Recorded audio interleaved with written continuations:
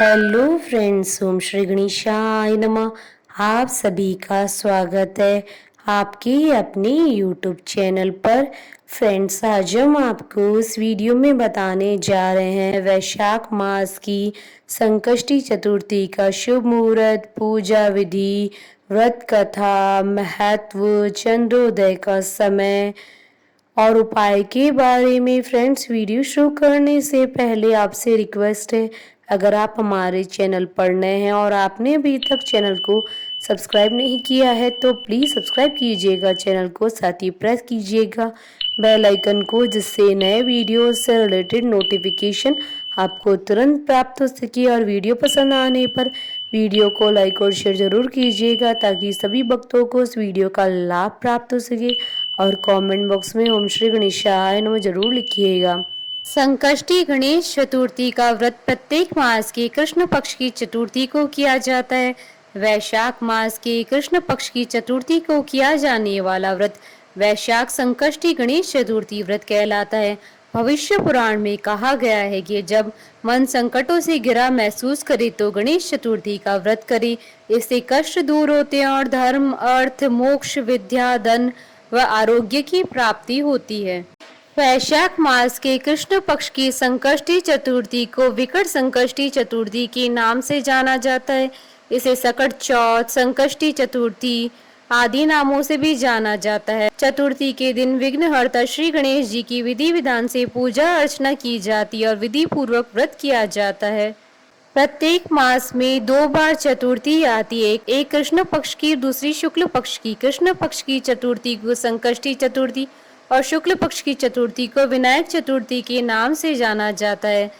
वैशाख मास की संकष्टी चतुर्थी का व्रत रखकर भगवान गणेश की विशेष पूजा करने से मनचाही कामना पूरी हो जाती है। संकष्टी चतुर्थी के दिन प्रथम पूजनीय भगवान गणेश जी का पूजन विधि विधान से करें। विघ्नहर्ता आपके जीवन के सारे विघ्नों को हर लेंगे। वैसे तो संकष्टी चतुर्थी का व्रत और पूजन हर महीने में होता है, लेकिन वैशाख मास की कृष्ण पक्ष की संकष्टी चतुर्थी को धर्मशास्त्रों के अनुसार बहुत ही शुभ और सर्वफलदायी बताया गया है। संकष्टी चतुर्थी का अर्थ होता है संकट को हरने वाली चतुर्थी। संकष्टी संस्कृत भाषा से लिया गया एक शब्द है जिसका अर्थ होता है कठिन समय से मुक्ति पाना। इस दिन व्यक्ति अपने दुखों से छुटकारा पाने के लिए गणपति जी की आराधना करता है। पुराणों के अनुसार चतुर्थी के दिन गौरी पुत्र गणेश जी की पूजा करना बहुत ही फलदायी होता है। इस दिन लोग सूर्योदय के समय से लेकर चंद्रमा उदय होने तक के समय तक उपवास रखते हैं।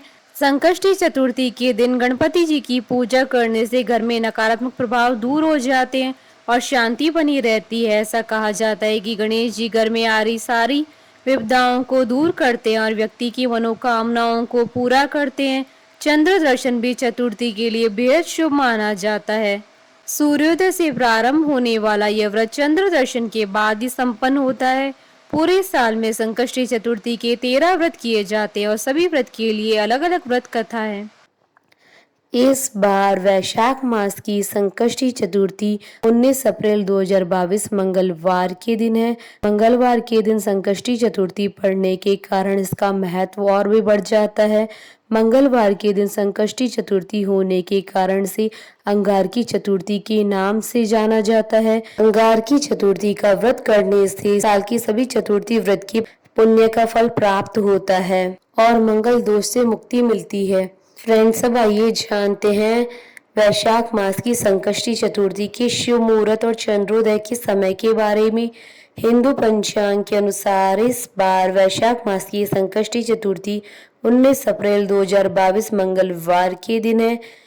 वैशाख कृष्ण चतुर्थी तिथि प्रारंभ होगी 19 अप्रैल 2022 को शाम 4:38 पर और वैशाख कृष्ण चतुर्थी तिथि का समापन होगा 20 अप्रैल 2022 को दोपहर 1:52 पर। चंद्रोदय का समय रहेगा 19 अप्रैल 2022 को रात्रि 9:52 पर। फ्रेंड्स, अब आइए जानते हैं वैशाख मास की संकष्टी चतुर्थी की पूजा विधि। संकष्टी चतुर्थी के दिन सूर्योदय से पहले उठकर गंगा जल मिले जल से स्नान करें। स्नान आदि से निवृत्त होकर स्वच्छ वस्त्र धारण करें। इस दिन लाल वस्त्र धारण करना बेहद शुभ माना जाता है। हाथ में जल, अक्षत और फूल लेकर व्रत का संकल्प करें। इसके बाद पूजा स्थल पर एक चौकी पर गणेश जी की प्रतिमा या तस्वीर स्थापित करें। उत्तर दिशा की ओर मुंह करके भगवान श्री गणेश जी की पूजा कर उन्हें शुद्ध जल अर्पित करें। सबसे पहले आप गणपति जी की मूर्ति को फूलों से अच्छी तरह सजा लें। पूजा में आप तिल, गुड़, लड्डू, फूल, तांबे के कलश में पानी, धूप, चंदन और प्रसाद के तौर पर केला या नारियल रखें। ध्यान रहे पूजा के समय आप देवी दुर्गा की प्रतिमा या मूर्ति भी अपने पास रखें। ऐसा करना बेहद शुभ रहता है। गणपति जी को रोली लगाएं और फूल और जल अर्पित करें। संकष्टी के दिन भगवान गणपति को तिल के लड्डू और मोदक का भोग लगाया जाता है। गणपति जी के सामने धूप दीप जलाकर गणपति जी के ओम गण गणपतये नमः मंत्र का कम से कम 108 बार जाप करें। इस दिन गणेश जी को दूर्वा भी अर्पित करना चाहिए। ऐसा करने से व्यक्ति के धन सम्मान में वृद्धि होती है। इस दिन गणेश जी को तुलसी भूलकर भी नहीं चढ़ाना चाहिए। संकष्टी चतुर्थी के दिन तिल के लड्डुओं का भोग लगाने से भगवान गणेश जी शीघ्र प्रसन्न हो जाते हैं। विधिवत पूजन और मंत्र जप के बाद जल में तिल मिलाकर सूर्य को अर्घ्य दें। पूजा के बाद आप फल, मूंगफली, खीर, दूध या साबूदाने को छोड़कर कुछ भी न खाएं।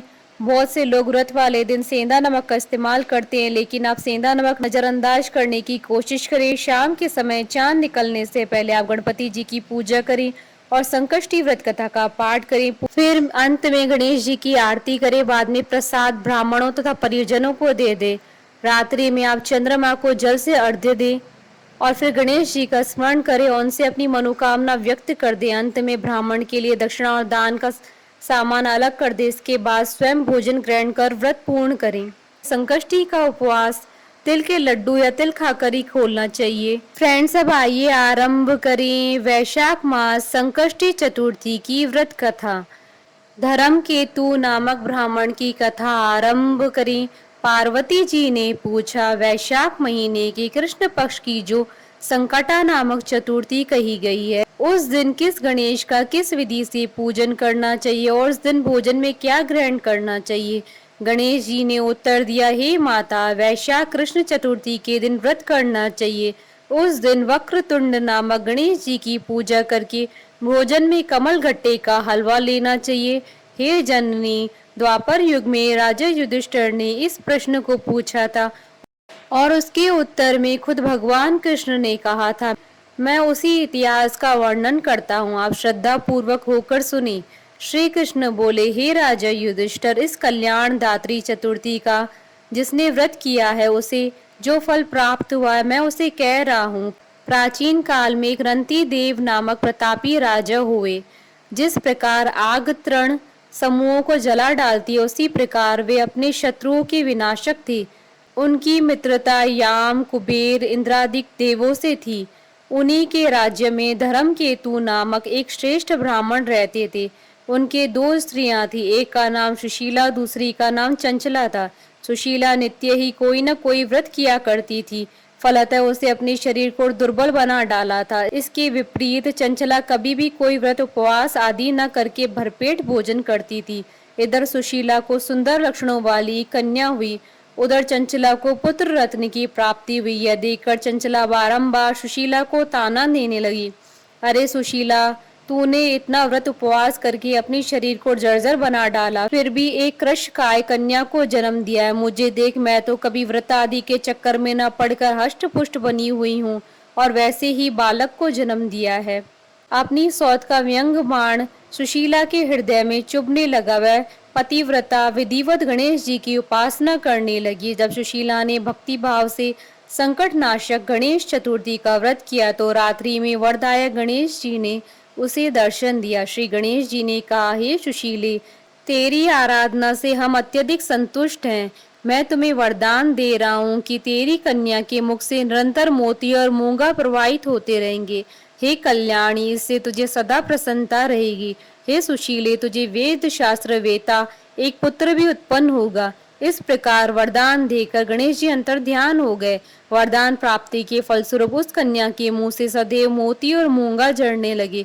कुछ दिनों के बाद सुशीला को एक पुत्र रत्न हुआ। तदंतर धर्मकेतु का स्वर्गवास हो गया। उसकी मृत्यु के अनंतर चंचला घर का सारा सामान धन लेकर दूसरे घर में जाकर रहने लगी। परंतु सुशीला पति गृह में रहकर ही पुत्र और पुत्री का पालन पोषण करने लगी। उस कन्या के मुंह से मोती और मूंगा गिरने के फलस्वरूप सुशीला के पास अल्प समय में ही बहुत सा धन एकत्रित हो गया। इस कारण चंचला उससे ईर्ष्या करने लगी। एक दिन हत्या करने के उद्देश्य से चंचला ने सुशीला की कन्या को कुएं में ढकेल दिया। उस कुएं में गणेश जी ने उसकी रक्षा की और वह बालिका सकुशल अपनी माता के पास लौट आई। उस बालिका को जीवित देखकर चंचला का मन उद्विग्न हो उठा। वह सोचने लगी कि जिसकी रक्षा ईश्वर करता है उसे कौन मार सकता है। इधर सुशीला अपनी पुत्री को पुनः प्राप्त कर प्रसन्न हो गई। पुत्री को छाती से लगाकर उसने कहा, श्री गणेश जी ने तुझे पुनः जीवन दिया है। अनाथों के नाथ गणेश जी हैं। चंचला आकर उसके पैरों में नतमस्तक हुई। उसे देखकर सुशीला की आश्चर्य का ठिकाना न रहा। चंचला हाथ जोड़कर कहने लगी कि हे बहन सुशीले, मैं बहुत ही पापिनी और दुष्ट हूँ। आप मेरे अपराधों को क्षमा कीजिए। आप दयावती हैं। आपने दोनों कुलों का उद्धार कर दिया। जिसका रक्षक देवता होता है उसका मानव क्या बिगाड़ सकता है। जो लोग संतों व सत्पुरुषों का दोष देखते हैं वे अपनी कथनी से स्वयं नाश को प्राप्त होते हैं। इसके बाद चंचला ने भी उस कष्ट निवारक पुण्यदायक संकट नाशक गणेश चतुर्थी का व्रत किया। श्री गणेश जी के अनुग्रह से परस्पर उन दोनों में प्रेम भाव स्थापित हो गया। जिस पर गणेश जी की कृपा होती है उसके शत्रु भी मित्र बन जाते हैं। सुशीला के द्वारा संकट नाशक गणेश चतुर्थी का व्रत किए जाने के कारण उसकी सौत चंचला का हृदय परिवर्तन हो गया। श्री गणेश जी कहते हैं कि हे देवी, पूर्व काल का पूरा वृतांत आपको सुना दिया। इस लोक में इससे श्रेष्ठ विघ्न विनाशक कोई दूसरा व्रत नहीं है।